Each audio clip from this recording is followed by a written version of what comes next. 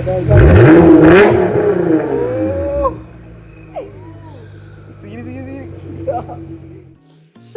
Welcome to ലവായി vlogs. ഇന്നത്തെ വീഡിയോക്ക് ഒരു സ്പെഷ്യാലിറ്റി ഉണ്ട്. This is our first vlog. അതുകൊണ്ട് തന്നെ ഒരുപാട് പ്രശ്നങ്ങളുണ്ടാവും. അതൊക്കെ നിങ്ങളൊന്ന് അഡ്ജസ്റ്റ് ചെയ്ത് തന്നാൽ വളരെ ഹെൽപ്ഫുള്ളായിരിക്കും. പക്ഷേ ഇന്നത്തെ വീഡിയോ അത്രമാത്രം ഉണ്ട് ഗൈസ്. കാരണം ഞങ്ങൾ 4 പേരും വളരെ എക്സൈറ്റഡ് ആയിട്ട് ഇന്നൊരു സംഭവം കാണാൻ പോകാം. പക്ഷേ വെറുതെ പോയാൽ പോരല്ലോ, ഇങ്ങനത്തെ ഒരു ചിത്രം ഞാൻ രാത്രി കഷ്ടപ്പെട്ട് വരച്ചിട്ടാണ് പോകുന്നത്. സോ ഈ തംസ പഠിച്ചവനാണ് ഞാൻ. തൊട്ടടുത്തുള്ള ഇഷാംബ്രോ എൻ്റെ അനിയനാണ്. And this is also my little younger brother and Waseem. അവൻ്റെ പേരാണ് കേട്ടോ വസീം. പിന്നെ ഒരുത്തൻ കൂടി ഉണ്ട്, അപ്പാച്ചി ഷർട്ട് ഇട്ടവൻ, അവനാണ് അഷ്കർ ബ്രോ. ഞങ്ങളിങ്ങനെ വീഡിയോൻ്റെ ഇടയിൽ പലതും മതി ഇതെന്നൊക്കെ പറഞ്ഞ് കളിക്കുന്നുണ്ടെങ്കിലും അതെല്ലാം വീഡിയോയിൽ ഞാൻ കാണിച്ചു തന്നാൽ വളരെ കോമഡി ആയിരിക്കും. എനിവേ നിങ്ങൾക്ക് കേൾക്കാൻ ആഗ്രഹം ഉണ്ടെങ്കിൽ ഞാനത് തരാം.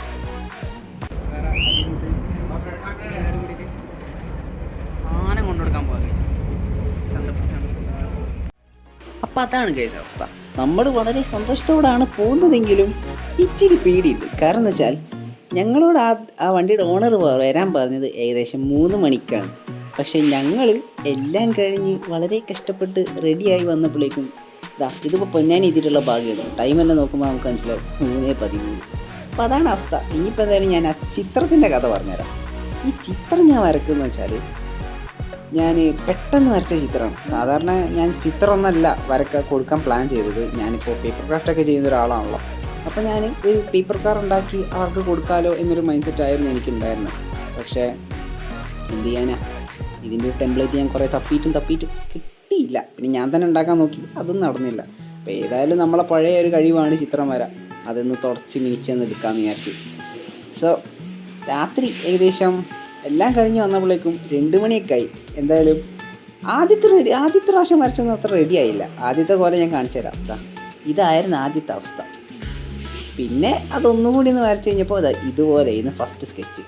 അത് പിന്നീട് നമ്മൾ കളർ ചെയ്ത് തുടങ്ങി. രാത്രിയല്ല കേട്ടോ കളർ ചെയ്തത്. രാത്രി ഏകദേശം 2 മണിക്കായി എല്ലാം കഴിഞ്ഞ് വന്നപ്പോഴേക്കും. പിന്നെ രാവിലെ നല്ല നേരത്തെ എണീച്ച് പിന്നീട് കളർ ചെയ്യാൻ തുടങ്ങി. ഇങ്ങനെ ഉണ്ടായിരുന്ന സാധനം നമ്മളിങ്ങനെ കളർ ചെയ്ത് പിന്നെ ഈ ഒരു കോലത്തേക്കാക്കി, കുറച്ചും കൂടി ഡാർക്കറാക്കി. ഇതിപ്പോൾ നിങ്ങൾ കാണുന്നത് വെച്ചാൽ സൈൻ ഇടുന്ന ഒരു വകുപ്പാണ്. നമ്മളൊരു മാർക്കിംഗ് അതിൽ വേണമല്ലോ. അങ്ങനെ ഏകദേശം ഒരു കുറച്ച് ടൈമായിട്ട് നമ്മൾ സാധനത്തിനെ ഫ്രെയിം ചെയ്യണമെന്നൊക്കെ ശരിക്കും പറഞ്ഞാൽ ഒക്കെ പെട്ടെന്ന് നടന്നതാണ്. അങ്ങനെ എല്ലാം കഴിഞ്ഞപ്പോഴേക്കും ഞങ്ങളെ റൈഡ് ഇതത് സ്റ്റാർട്ട് ചെയ്തു. പക്ഷേ എല്ലാം കഴിഞ്ഞ് സ്റ്റാർട്ട് ചെയ്തപ്പോഴാണ് മനസ്സിലായത് നമുക്കിപ്പോൾ തന്നെ സമയം 3 മണി. ഇതിപ്പോൾ 3 മണി ഞങ്ങൾ അവിടെ നിന്ന് ഇറങ്ങുന്ന ഒരു ടൈമാണ് കേട്ടോ. നേരത്തെ ഞാൻ കാണിച്ചു തന്ന വീഡിയോ ഞങ്ങൾ പൊന്നാനിയിലെത്തി. ഞങ്ങൾ ആ ഒരു സ്പോട്ടിലെത്താനായൊരു ടൈമാണ്. മുഖത്തുള്ള ടെൻഷൻ തന്നെ കണ്ടാൽ മനസ്സിലാവില്ലേ, വളരെ ടെൻഷനാണ്.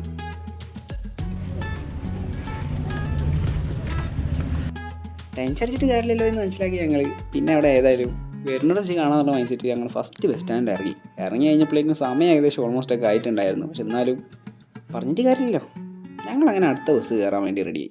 ബസ് കയറി. പക്ഷേ ഈ ബസ് തന്നെ ആണോ എന്നുള്ളൊരു ഡൗട്ട് ഞങ്ങൾക്ക് 4 പേർക്കും ഉണ്ടായിരുന്നു. പക്ഷേ എന്താകാനാ, എല്ലാം വരുന്നത് വെച്ച് കാണാമല്ലോ. സമയത്തിലാടാ നോക്ക് നമ്മളവിടെ 3:30 എത്തണം.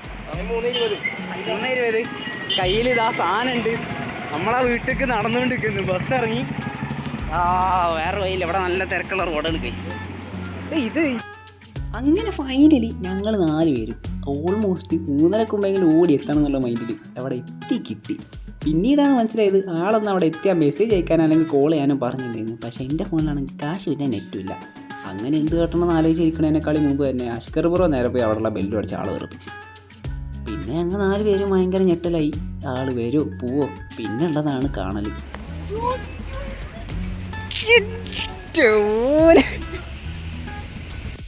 അങ്ങനെ ഞങ്ങൾ 4 പേര് ആ GTR നോക്കിക്കണതിൻ്റെ ഇടയിൽ തന്നെ വണ്ടിയുടെ ഓണർ വീട്ടിൽ നിന്ന് ഇറങ്ങി വരും ചെയ്ത് ആ ചിത്രം ഞാൻ കൊടുക്കുകയും ചെയ്തു.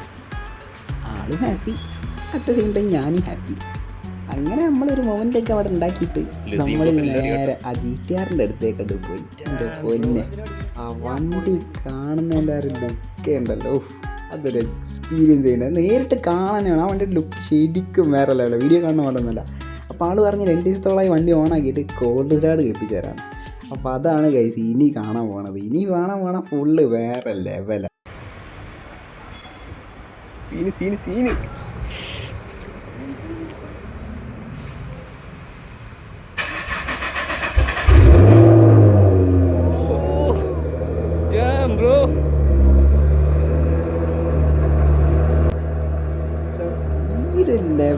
വണ്ടി അവിടെ കിടന്നിങ്ങനെ കുലുങ്ങിയായിരുന്നു. ശരിക്കും വേറെ ലെവലായിരുന്നു. ഒരു പ്രാവശ്യം കൂടി വേണം കാണിച്ചു തരാം. ഇതാക്കി അഷ്കർ ബ്രോൻ്റെ ഫോണിൽ നിന്നെടുത്ത വീഡിയോ ഇതാ, ഞാൻ അവിടെ വീഡിയോ എടുക്കുന്നുണ്ട്. ആ വീഡിയോൻ്റെ ക്ലിപ്പ് കൂടി കാണിച്ചു തരാം. അപ്പോൾ കുറച്ചും കൂടി നിങ്ങൾക്ക് ഫീൽ ചെയ്യാൻ പറ്റും.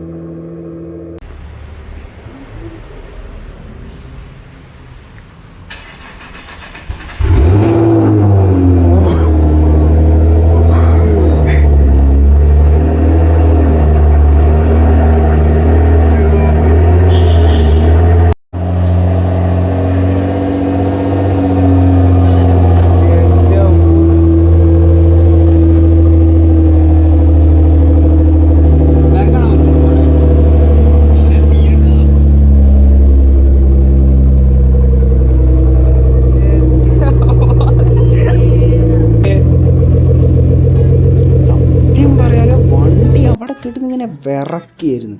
പക്ഷേ നമുക്ക് എല്ലാവർക്കും അറിയാം അതൊരു GT-R35 ആണ്. പിന്നെ ഈ GT-R സ്റ്റോക്കും അല്ല, ഇറ്റ് വാസ് അതൊരു മോഡിഫൈഡ് വണ്ടിയാണ്.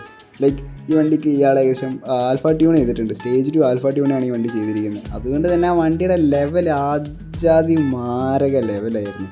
അങ്ങനെ ഞങ്ങൾ ആ വണ്ടി സൗണ്ടൊക്കെ എന്നെ ഫീൽ ചെയ്തിരിക്കുന്നതിൻ്റെ ഇടയിൽ തന്നെ ആ വണ്ടിയുടെ ഓണർ പറഞ്ഞു, ഇനി നിങ്ങൾ വേണമെങ്കിൽ വണ്ടിയുടെ ഉള്ളും കൂടി കയറിക്കും, അപ്പോൾ കുറച്ചും കൂടി അടിപൊളിയായിരിക്കുന്നത്. ഞങ്ങൾ 4 പേര് ആ സ്പോട്ടിൽ തന്നെ കിളി പോയി. എൻ്റെ പോലെ ഞാൻ ശരിക്കും പറഞ്ഞ് ഞെട്ടിയിരിക്കുകയായിരുന്നു.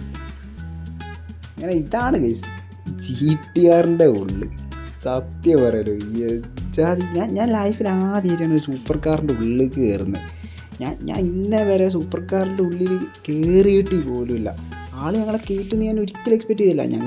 ഞങ്ങൾ പോകുമ്പോൾ തന്നെ മനസ്സിലിങ്ങനെ പറയുന്നുണ്ടായിരുന്നു, കയറുന്നു ഞങ്ങൾ വീട്ടിലേക്ക് പോകുന്നു, ആൾക്കാർ ചിത്രം കൊടുക്കുന്നു, വണ്ടി കാണുന്നു, അതേപോലെ ഇറങ്ങി വരുന്നു. ഇതുപോലെ വണ്ടി ഓണാക്കുന്ന, കോൾഡ് സ്റ്റാർ കേൾക്കുന്ന, വണ്ടിയുടെ ഉള്ളിൽ കയറാൻ പറ്റുന്ന ഒന്നും ഞങ്ങൾ എക്സ്പെക്റ്റ് ചെയ്തില്ല. ആ ലെവലായിരുന്നു വണ്ടി. ശരിക്കും എന്ന് പറഞ്ഞാൽ പീക്ക് ലെവൽ. ഞങ്ങൾ 4 പേര് എക്സൈറ്റ്മെൻറ്റ് എന്ന് പറഞ്ഞാൽ ആജാദ് എക്സൈറ്റ്മെൻ്റ് ആയിട്ട് ഇരിക്കുന്നത് ഞങ്ങൾ.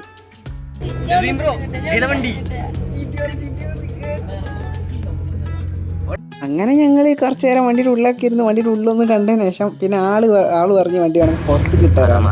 അങ്ങനെ വണ്ടി പുറത്ത് കിട്ടായിരുന്നു. വണ്ടി വളരെ താന്നിട്ടാ. പിന്നെ അത് മാത്രമല്ല, വണ്ടി ഓരോന്നും ഇങ്ങനെ മൂവ് ചെയ്യുമ്പോൾ ഇങ്ങനെ കിടന്ന് ഇങ്ങനെ ഗർജിക്കാണ് സാധനം. ഇതുപോലെ ജാതി സൗണ്ടാന്നറിയോ.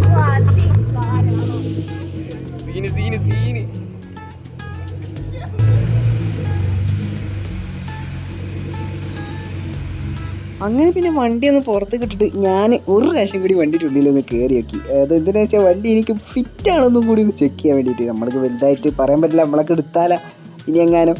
അപ്പോഴാണ് എനിക്ക് മനസ്സിലായത് നമ്മൾ കണ്ട വണ്ടി പോലെയല്ല ഇങ്ങനെയുള്ള ഈ GT-R ഒക്കെ.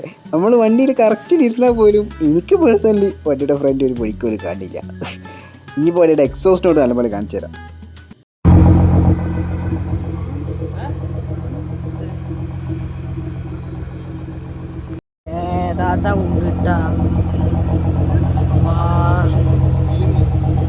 അങ്ങനെ ഞങ്ങൾ അവിടെ വണ്ടിനെ കുറിച്ചുള്ള കുറേ കാര്യങ്ങളൊക്കെ ആളോട് ചോദിച്ചിട്ട് അത് ഇതൊക്കെ പറഞ്ഞ് അവിടെ അങ്ങനെ നിന്ന് അപ്പോഴാണ് ഞങ്ങൾക്ക് മനസ്സിലായത് വണ്ടി ഒരു സാധാരണ കാറ് മാത്രമല്ല. ആ വണ്ടി മാള് കുറേ കാര്യങ്ങൾ ചെയ്തിട്ടുണ്ട്. അതിലൊരു വലിയ കാര്യം വെച്ചാൽ വണ്ടിയുടെ നമ്പർ പ്ലേറ്റ് തന്നെയാണ്. സംഭവം അറബ് നാഷണലിലുള്ള 2 ഡിജിറ്റ് നമ്പറിൻ്റെ വാല്യൂ എത്രയെന്ന് ജസ്റ്റ് ഗെസ് ചെയ്യാവുന്നതേ ഉള്ളൂ.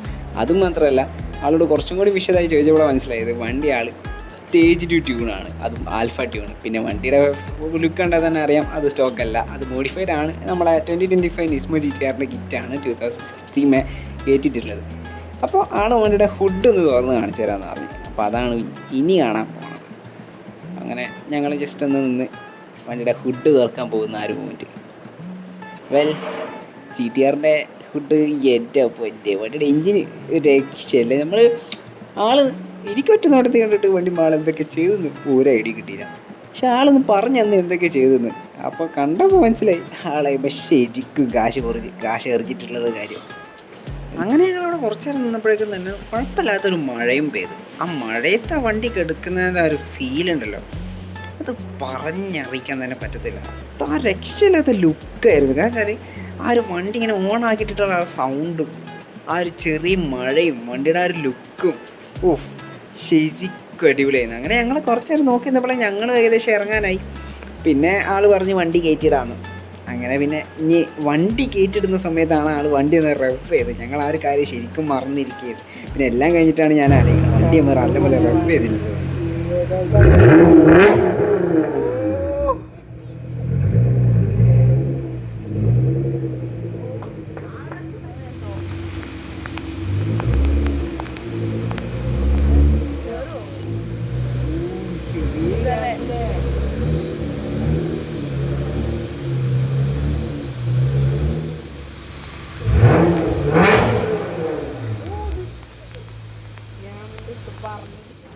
അപ്പോൾ ഇതൊക്കെയാണ് അന്നത്തെ ആ ഒരു GTR കാണാൻ പോയ ദിവസത്തിൻ്റെ പ്രത്യേകതകളൊക്കെ.